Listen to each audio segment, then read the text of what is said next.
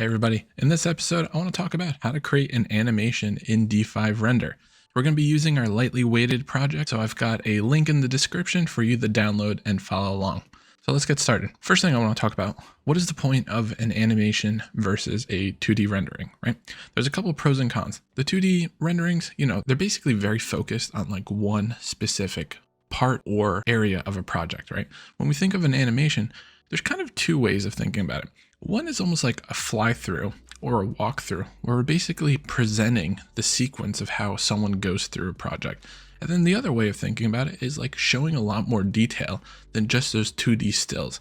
So what I mean by that is, if we look back to like all the images we did, it's just a snapshot, right? So if we talk about the exterior was just this one shot. But now if I start talking about animation, now I'm talking about the distance between where we were and this. So this is all new information or like new angles that weren't previously displayed. So this is one of the benefits, because you're giving the client a lot more content and a lot more to see. That also means you need to do a lot more work to make sure every angle is kind of covered and there's no like missing materials and everything looks good.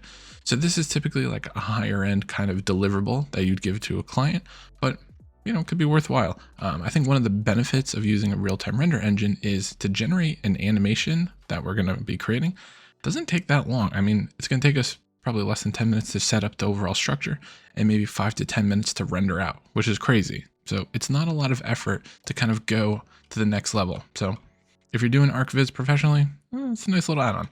So let's talk about how we actually do this. So we've been working in this mode, the image mode. We want to switch over to video. So when you switch over to video, you're going to get a UI change, and it's going to be all down here.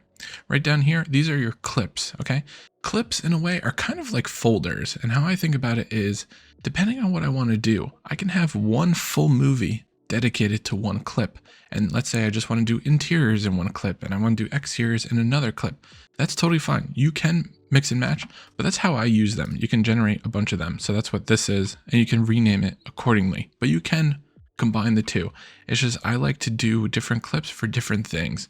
Like one might be more of like a walkthrough kind of thing, and the other one might just be like more cinematic. So that's one way of doing it. But anyways, let's talk about how you actually get started. So I've got clip one here. Right down here, this is my timeline. Timeline is completely empty because I haven't generated any footage, right? So I want to point out a couple things. To actually get footage here, you've got two ways of handling this. You could do a template. So these are all your typical moves in ArchViz, your push, your pull, your dollies, your orbits, and they're super handy. So if I were to just click this, you're going to see it's going to queue up some camera angles for me. So this is a horizontal pull backwards. I can do a push forward, and this will automatically do it for me. But I know it's like bugging out, but it bugs out the first time and then it's fixed. There you go. So what it's doing here is there's always a point A and a point B, and it's all about how you go from here to there. You can do it manually, or you could do the templates. So if we were to do it manually, let me just delete these. I would go right here to add current view. Then I'd move my camera, and then I'd click this guy.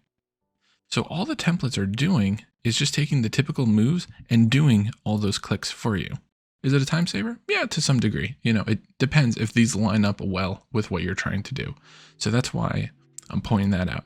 For this, we're going to be making these ourselves. That way we have full control. So I'm just going to delete this, and I'll show you how I work. What I like to do is, since we already spent the time tuning our light settings and our camera settings for each scene, you can actually click it and you'll actually go to that view, and then you can add it to a current view. So now I essentially have that rendering animated, which is really cool. Before I start creating clips, I kind of want to think about what the story is, right? So we started with the exterior. So I think it'll be nice if we did a couple different exterior angles, and then we go in and then we showcase all the interior shots we did.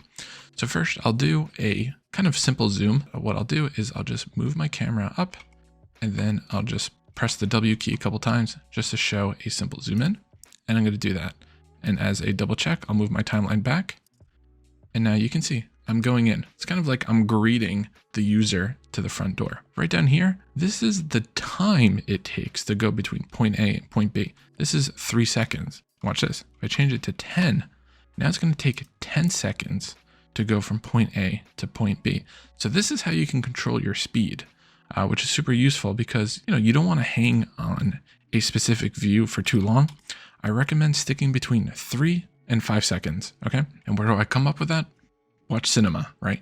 If you ever watch a movie, you'll see that there's always camera cuts about 3 to 5 seconds. It's going to vary depending on the type of movie you're watching, but nobody ever does a super long 30-second shot. It's just, nobody wants to watch that. So when people do shots like this, and then they do that, and then they fly over here, and then they do another shot, like this isn't super engaging. Like it's just kind of like, you know, it takes some time, and like it's just clunky, right? So we don't want to do that. So not a great move. So I'm just gonna delete these guys. We want to do our jumps, okay? So jump basically meaning from like here and then going to a completely different area just to keep it engaging. Now that I've reached this point, I want to do some footage over here of this little sitting area. If I were to just fly over here and then hit this guy, you're going to see that things are going to get a little weird. And you kind of noticed that before. But you see how my camera's doing that? That's not a jump cut. That's not good. That's horrible. So I'm just going to erase that. What you actually want to do is use this guy right here. Create shot, create view. Now I've got a jump. Watch this. So now I'm jumping to that, but there's no motion because I haven't animated anything, right? So now if I move this forward, you know, I just want to look at the chair, for example. Now it's going to go from front view to chair view. Okay. And I can slow this down if I want. I kind of want to keep the spacing or the timing. Yeah. So that's much gentler. You'll notice I don't have a material there. So that's what I meant before about how you have to make sure everything's kind of covered or it just looks a little weird. So I can spend some time to fix that stuff, but this is the general process. And what's nice is each of these have their own focal length, so you can tweak these. So what I can do is, watch this, if I make this 50 and then I just resync this and then I play, it's actually going to switch to the next camera's focal length, which is 67. So this is actually how you key. So I'm just going to move that back to 67 so it's consistent, but I want you to, know that that's a thing. And I can also just make it perspective as well. So I'll just sync that as well. Now, let's see. Cool. And what's nice is you can even include a camera clipping plane. So if anything's getting in your way, you can clip that out, and you can play with depth of field and set a focus. So if I just want this chair to always be in focus, it will follow the focus and constantly change that. So that's what that guy's all about. Okay. So what I want to do real quick is just fix some of the materials that I know are going to be visible. I want to fix this chair real quick. So I'm just going to hit I. I'm going to duplicate it and paste that there. And then let me grab some materials from in here and just fix this guy. So I'm just going to paste that there. Nope. Let's do that one more time. Okay, and I'll paste that here. Great. So that doesn't look as weird, and I've got a little purple guy right here. And you'll notice my screen is kind of blurry because I have depth of field on, and that's what's going on. Perfect. All right, cool. So now let's go back to video, but that's what I mean. You really need to pay attention to what's going on there. So we've got that. All right, let's move on to the next shot. What could be cool? I could do another shot like this, or I could go side to side. This is kind of the benefit of using real time. So let's do a side pan. So I've generated that, and I'm just going to do that. And now we want to check the timing and the pacing, right? So we don't want it to feel too fast. That felt a little fast, right? So I'll change that to 5. And the other thing you'll notice, it's really, really subtle, but you see how I start slow and then I speed up? That's what this guy is. So I'm going to change this to be linear. So that way it's just a straight shot. So now what you'll see is there is no ease in, ease out. You see how I'm just going straight through? So I want to make sure all these are on linear. And then I'll play it back and you'll see what I mean. Okay, so now it's all linear. So it just goes straight through. Okay, and we're going straight into that. And then we're going straight into this. Perfect. All right, cool. So the other thing I'll point out is because these work the same way scenes work, you can actually key in different environment settings. So let's say I want to change the position of the sun. So I can actually go to environment and just change the rotation here. So I'm getting a little more sunlight. Let's see. Yeah, I'll leave this here and then I'll key that. And you'll see that the sun is going to start changing. Yeah, to fit whatever this was. So you're actually able to key your environment settings. You see how this is 161 and this is 88 and it'll actually move. So it's kind of like a sun study. So that's a nice way to add, you know, some more dynamicness to your videos. So I could do the same thing here. Try and get the tree, the chair in light, and then it'll change the time of day as well. Yeah, you see what's happening? So that's what that is. Awesome. Very neat.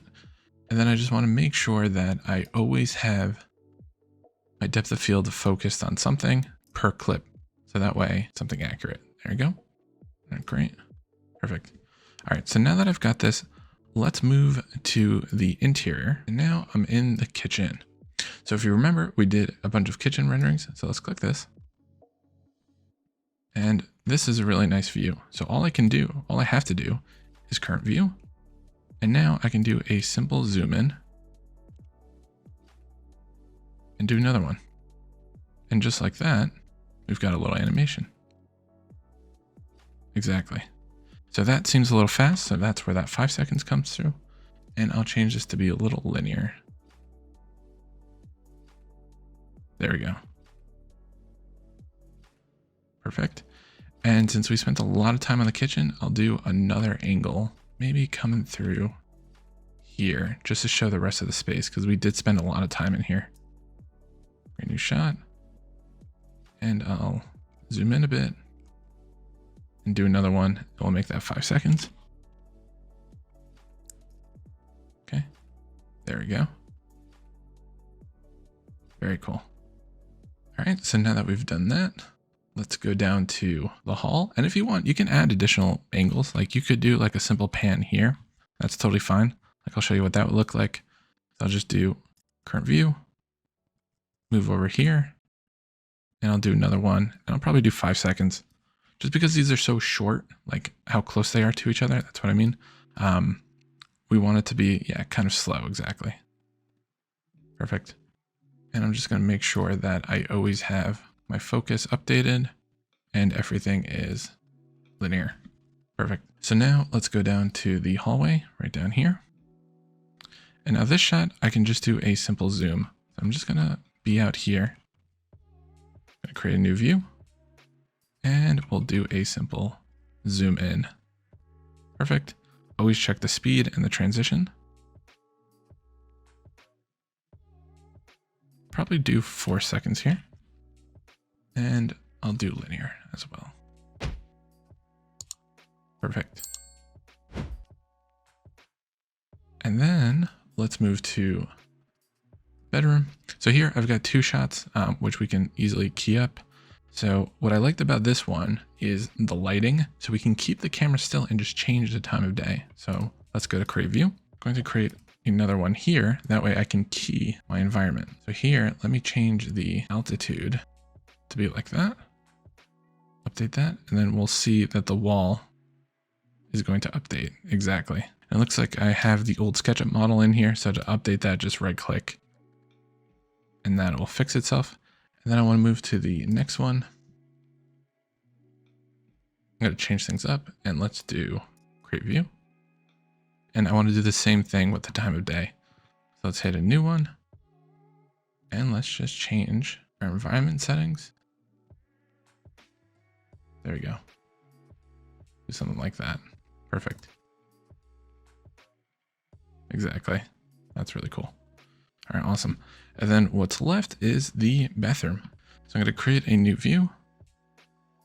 I'm going to set it to perspective, lower the focal length to 21. Perfect. Resync that.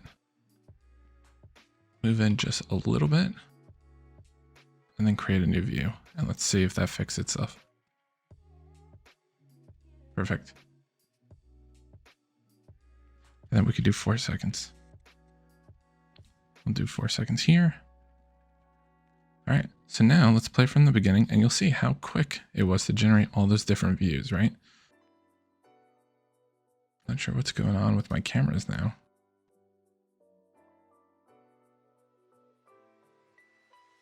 That's weird. So this one's supposed to zoom forward. Not sure why they're freaking out now. So we've got our chair zoom, our side pan here. Kitchen. And then here, I think I saw, yeah, I had some camera clipping here. So let's turn this off.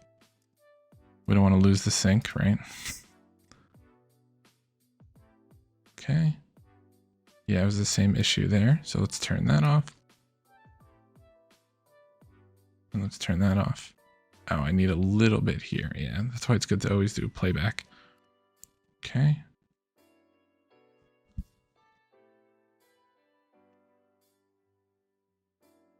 Perfect. We've got our time of day. We've got to update the SketchUp model.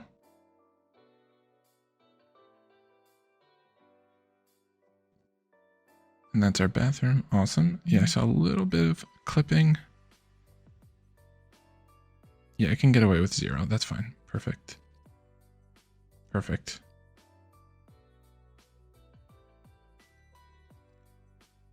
Awesome. So once you're happy with everything and you've created your clips, all you have to do is pick the resolution. I'm going to go with 1080p. Totally fine. I usually do MP4 and I do 30 FPS. You could go with 60 FPS, but you're literally going to double the amount of time because you're adding double the frames. So 30 FPS, 1080p, totally standard. You could bump it up to 2K, but again, it's going to take longer. So I'm happy with this. This looks great. I am curious about this guy, if this is going to render correctly. So just because I don't trust it, I'm just going to resync this guy. And then I'm going to do a zoom in and then resync that. And then let's see what happens. Okay, now it's working. All right, great. All right, feel better about that. All right, so I'm gonna export this out and we'll take a look and see what it looks like. Shouldn't take, I mean, it's 45 seconds. I would expect it probably takes maybe 10 minutes. So let's see. All right, looks like this thing baked 32 minutes for less than a minute of footage. Okay, so that was fine. Okay, yep, you see the shadows? That's what I meant when we were keying things. Cool. Yeah, a little daylight study. Nice. Okay.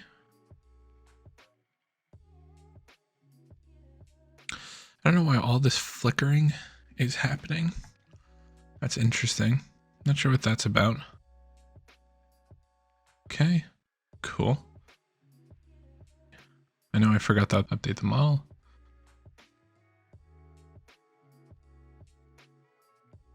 So that's really nice.